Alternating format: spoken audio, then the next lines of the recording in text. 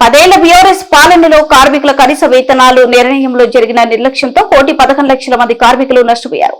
ఈ నేపథ్యంలో ఉప ముఖ్యమంత్రి భట్టి విక్రమార్క, మంత్రులు శ్రీధర్ బాబు, వివేక వెంకటస్వామి సభ్యులుగా కేబినెట్ సబ్ కమిటీ ఏర్పాటు చేసి కార్మిక సంఘాలు, పరిశ్రమల ప్రతినిధులతో విస్తృతంగా చర్చించింది. కార్మికులను unskilled, semi skilled, skilled, highly skilled గా 4 విభాగాలుగా విభజించి కనీస వేతనాలు అమలుపై నిర్ణయాలు తీసుకుంది. ఆ 4 రకాల విభాగాలలో కనీస వేతనాలు ఏ విధంగా అమలు చేయాలి, కనీస వేతనాలను అమలు చేయడం ద్వారా ఈ కార్మికులకు ఏ రకంగా ప్రయోజనం చేకూరుతుందో చాలా వివరంగా మేము విశ్లేషించి వాటి మీద నిర్ణయం తీసుకోవడం జరిగింది. కనీస వేతనాలు ఏ విధంగా అమలు చేయాలి, కనీస వేతనాలను అమలు చేయడం ద్వారా ఈ కార్మికులకు ఏ రకంగా ప్రయోజనం చేకూరుతుందో చాలా వివరంగా మేము విశ్లేషించి వాటి మీద నిర్ణయం తీసుకోవడం జరిగింది. అదేవిధంగా గతంలో అర్బన్ అండ్ రూరల్ 2 జోన్లు ఉండేది, కానీ ఈసారి 3 జోన్లుగా జోన్లను కూడా విభజించినాం.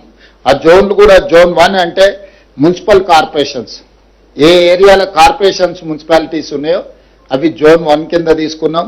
జోన్ 2 కింద మున్సిపాలిటీలను తీసుకున్నాం. జోన్ 3 కింద గ్రామీణ ప్రాంతాలు, ఇతర ప్రాంతాలలో పెట్టే పరిశ్రమలు. అంటే ఒక పరిశ్రమ మున్సిపల్ కార్పొరేషన్ పరిధిలో ఉంటే అక్కడ వేతనాలు కార్మికులకు ఎక్కువ ఇవ్వాల్సిన అవసరం ఉంది. ఎందుకంటే అక్కడ ఇంటి రెంట్ కానీ, నిత్యావసర వస్తువులు కానీ, ద్రవ్యోల్బణం కానీ వీటి ప్రభావం ఎక్కువగా ఉంటుంది. అదేవిధంగా మున్సిపాలిటీలో ఉన్నప్పుడు వాటికంటే కొంచెం తక్కువగా, గ్రామీణ ప్రాంతాల్లో ఉన్నప్పుడు ఇంకొంచెం తక్కువగా 3 రకాల జోన్లలో 4 రకాల కేటగిరీ కార్మికులను విభజించి స్పష్టంగా ఈరోజు ప్రభుత్వం నిర్ణయం తీసుకోవడం జరిగింది. అన్స్కిల్డ్ 12,750 రూపాయలు ఉంటే ఈరోజు మనం 16,000 రూపాయలకు జోన్ 1లో పెంచడం జరిగింది. అదేవిధంగా సెమీ స్కిల్డ్ 13,592 రూపాయలు ఉంటే దాన్ని ఇప్పుడు 17,000 రూపాయలకు పెంచడం జరిగింది. స్కిల్డ్లో గతంలో 13,772 రూపాయలు ఉంటే ఈరోజు 18,500లకు పెంచడం జరిగింది. హై స్కిల్డ్లో 14,607 రూపాయలు ఉంటే 20,000 రూపాయలకు పెంచడం జరిగింది.